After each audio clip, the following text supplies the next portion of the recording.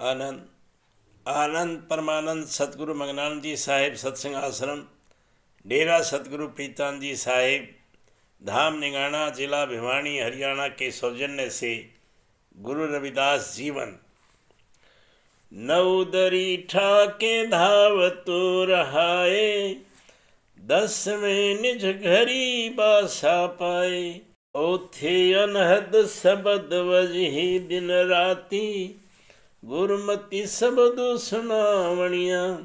श्री आदि ग्रंथ मैं 3 पृष्ठ 124।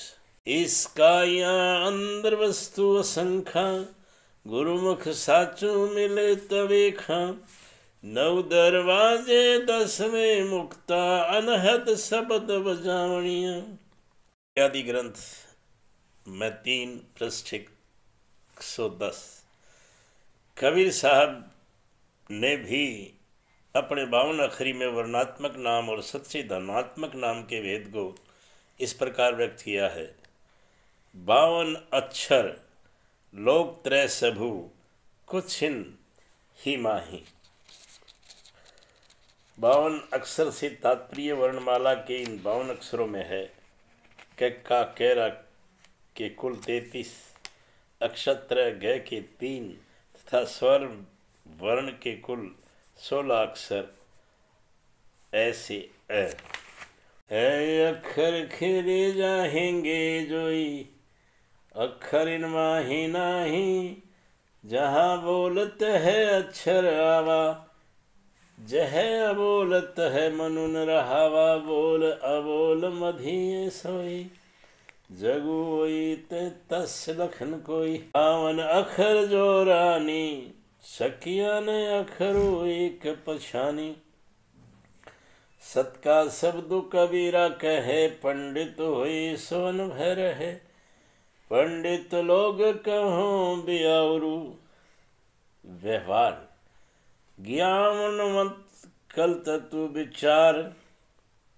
कोई ज्ञानी संत ही परम तत्व या सच्ची नाम का विचार करता है, जबकि शास्त्र के वाद विवाद और गाथा कहानी के लगे पंडित शब्द जाल द्वारा लोक व्यवहार करने और अपनी रोजी रोजगार चलाने में ही लगे रहते हैं। आदि ग्रंथ को कबीर पृष्ठ 340। अपने शब्दावली में कबीर साहब ने कहा है सबदे सबद सबद बहुअंतर सार सबद मथ लीजे कह कबीर जही सार सबद नहीं धिक्क जीवन जग जीजी। सत कबीर की शब्दावली पृष्ठ 33 पद 69। इसलिए कबीर दास जी ने निर्देश करते हैं साधो शब्द साधना कीजे जय शब्द प्रगट भय सब सोई शब्द गहि लीजे। शब्द वेद पुराण कहते हैं शब्द सब ठहरावे शब्द सुर मुनि संत कहते हैं शब्द भेद नहीं पावे। शब्द माया जग उत्पानी शब्द करे पसारा कहे कबीर जहाँ शब्द होते हैं तमन भेद है न्यारा। शब्दावली भाग 1 शब्द सार। रविदास जी की शिक्षा का सार भी सच्चे धुनात्मक नाम या शब्द की साधना ही है। सच्चे नाम को ही वे परमात्मा का वास्तविक स्वरूप मानते हैं। इसे वे आदि और अंत में विद्यमान रहने वाला चरम सत्य कहकर पुकारते हैं तथा इसे सभी ज्ञान और आनंद का मूल स्रोत मानते हैं। ये नाम ही परमात्मा की वह सृजनात्मक शक्ति है जो शब्द धुन और प्रकाश के रूप में प्रस्फुटित होकर समस्त विश्व में व्यापक होती है और सबकी संभाल करती है। शब्द धुन और प्रकाश का अंदर में प्रकट होना ही आत्मा की आंतरिक आध्यात्मिक यात्रा की वास्तविक शुरुआत है, जिसकी परिणति परमात्मा के साक्षात्कार में होती है। प्रकाश आत्मा को राह दिखलाता है और शब्द उसे ऊपर खींचता है। इस प्रकार शब्द धुन जो 5 आंतरिक मंडलों के अनुसार 5 प्रकार के मानी जाती है से आकृष्ट होकर आत्मा क्रमशः ऊपरी आध्यात्मिक मंडलों में चढ़ती हुई अंत में अपने मूल स्रोत परमात्मा में समा जाती है।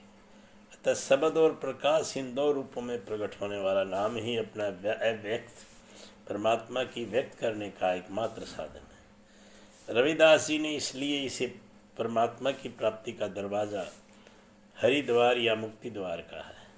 पर हमें याद रखना चाहिए कि अंदर में शब्द और प्रकाश तभी प्रकट होते हैं जब हम अपने ध्यान तीसरे तिल में एकाग्र और प्रेम पूर्वक सतगुरु द्वारा दिए वर्णात्मक नाम का सुमरण करते हैं।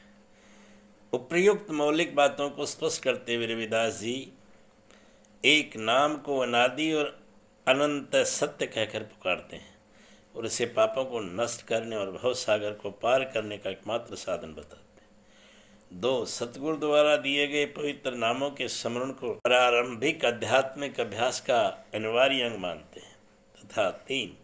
शब्द और प्रकाश के विभिन्न मंडलों में होकर जाने वाले आंतरिक आध्यात्मिक मार्ग का विवरण देते हैं जो हमें अंतिम आध्यात्मिक पद सत नाम तक पहुँचाता है।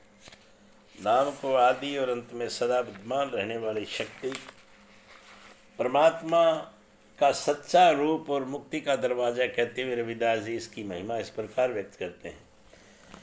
रविदास सत एक नाम है, आदि अंत सचु नाम, हनन करे सब पाप ताप, सत सुखन करी खान।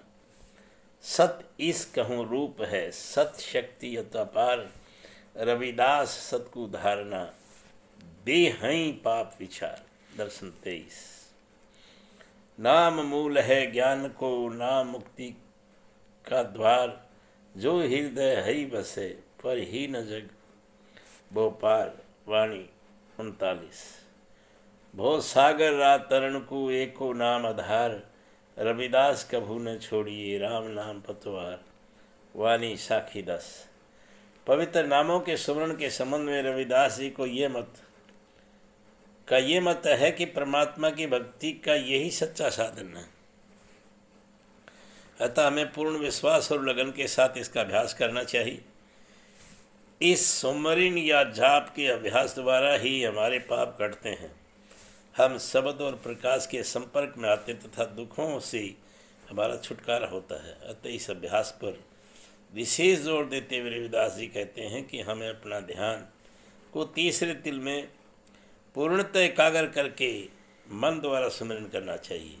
हमें रात दिन अपने को सुमरण में लगाए रखने की कोशिश करनी चाहिए। इस अभ्यास के पक जाने पर ही यह सुमरण अपने आप निरंतर चलने लगता है, जिसे रविदास जी तथा अन्य संत अजप्पा जाप कहते हैं।